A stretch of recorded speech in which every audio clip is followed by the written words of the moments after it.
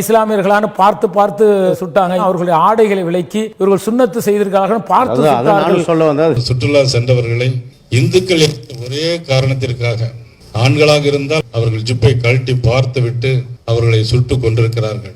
மத அடிப்படையிலே உனக்கு ஏதாவது ஆபரேஷன் செய்திருக்க என்று பார்த்து விட்டு சொல்லக்கூடிய கேவலமான நிலையிலே சுட்டவன் நீ இந்துவா இந்துவா என்று கேட்டு சுட்டிருக்கிறார். நீ குரான்ல இருந்து 2 வெர்ச சொல்லு, உனக்கு தெரிஞ்சிருக்கா, நீ இந்துவா முஸ்லீமா, இதெல்லாம் கேட்டு 26 பேர் அப்பாவிகளை படுகொலை செய்திருக்கின்றார்கள். இது அரசாங்கத்திற்கு மிகப்பெரிய ஒரு அசிங்கத்தை ஏற்படுத்தி இருக்கிறது. இதை மாற்றுவதற்குத்தான் இன்னைக்கு என்ன செய்யறாங்கன்னாக்க, அவனுடைய பாசி சிந்தனை வைத்துக் கொண்டு இஸ்லாமியர்கள் தான் திட்டமிட்டு கொலை செய்தார்கள், இஸ்லாமியர்களான பார்த்து பார்த்து சுட்டாங்க. சம்பவம் என்பது உள்ளபடியே பண்டிட்டுகளை குறிவைத்து நடத்தப்பட்ட தாக்குதல், பிரதமரை குறிவைத்து நடத்தப்பட்ட தாக்குதல், அதுதான் நோக்கமாக இருந்தது. ஆனால் இப்படி மடைமாற்றி விட்டார்கள் அப்படின்ற ஒரு கருத்தும் இதன் மீது தொடருது. இதை எப்படி பார்க்குறீங்க? இது அவர்களுக்கு தான் மிகப்பெரிய அசிங்கம். அது ஏன் அப்படின்னா, பிரதமரை ஒரு குறிப்பிட்ட தினங்களுக்கு முன்பு செல்வது போல ஒரு சூழல் இருந்தது. அங்கு பாதுகாப்பு பிரச்சனை சம்பந்தமாக உளவுத்துறை எச்சரிக்கை செய்தால் அந்த இடத்திற்கு செல்வதை பிரதமர் மோடி தவிர்த்து இருக்கிறார். அந்த நேரத்தில் தனக்கு ஒரு பாதுகாப்பு இல்லாத சூழ்நிலை ஏற்படுகிறது என்று உணர்ந்த உள்துறை அரசாங்கம் என்ன செய்திருக்க வேண்டும்? அங்கே ஏதோ ஒரு சூழ்நிலை நடக்க போதுங்கிற உளவுத்துறை தகவல் வந்துருச்சு இல்லை? அப்போ ஒட்டுமொத்த அந்த மாநிலத்துக்கு பாதுகாப்பு கொடுக்க வேண்டிய பொறுப்பு யாருக்கு இருக்கிறது? ஒன்றிய அரசுக்கு இருக்கிறது இல்லையா? அப்ப தெரிந்தும் இவர்கள் அலட்சியமாக இருக்கிறார்கள் என்பதுதான் இதை காட்டுகிறது. பூட்டி சீல் வைத்திருக்க வேண்டும். கண்டிப்பா எல்லையில பாதுகாப்பை பலப்படுத்தி இருக்க வேண்டும். எங்கெல்லாம் சுற்றுலா பயணிகள் செல்கிறார்களோ அங்கெல்லாம் பாத்தீங்கன்னா பாதுகாப்பை பலப்படுத்தி இருந்தால் இந்த சம்பவம் நடக்காமல் இருந்திருக்கும். அப்ப பிரதமருக்கு ஒரு பாதுகாப்பு இல்லைன்னு பார்க்கக்கூடிய அரசாங்கம், குடிமகன் தானே, அவன் தானே பல கிலோமீட்டர் தொலைவில் இருந்து மகிழ்ச்சியை மட்டுமே அனுபவிப்பதற்காக கணவன் மனைவியோடு வருகிறார்கள், குழந்தைகளோடு வருகிறார்கள், பெற்றோர்களோடு வருகிறார்கள். அவர்களுடைய பாதுகாப்பை உறுதிப்படுத்த வேண்டிய அவசியம் இருக்கிறதா இல்லையா? இதில் பண்டிட்டு அப்படின்னு சொல்றதெல்லாம் பார்த்தீங்கன்னா மடைமாற்றக்கூடிய ஒரு செய்தியாக பார்க்கப்படுகிறது.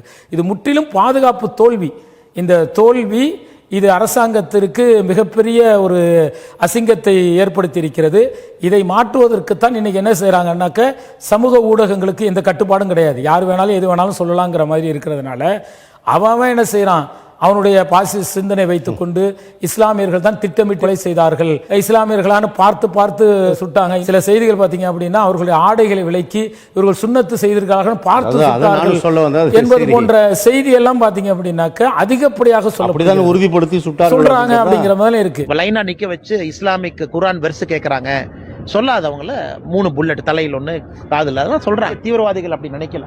நீ குரான்ல இருந்து 2 வெர்ச சொல்லு, உனக்கு தெரிஞ்சிருக்கா, நீ இந்துவா முஸ்லீமா, இதெல்லாம் கேட்டு 26 பேர் அப்பாவிகளை படுகொலை செய்திருக்கின்றார்கள்.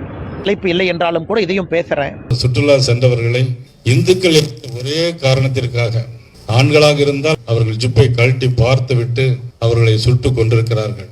இந்த சம்பவம் உண்மையிலே நமக்கெல்லாம் இந்துக்கள் இந்துவாக பிறந்ததற்கு, சுற்றுலா சென்றதற்கு உயிரை பலி கொடுத்த ஒரு அவலமான நிலைமை நமக்கெல்லாம் ஏற்பட்டிருக்கிறது.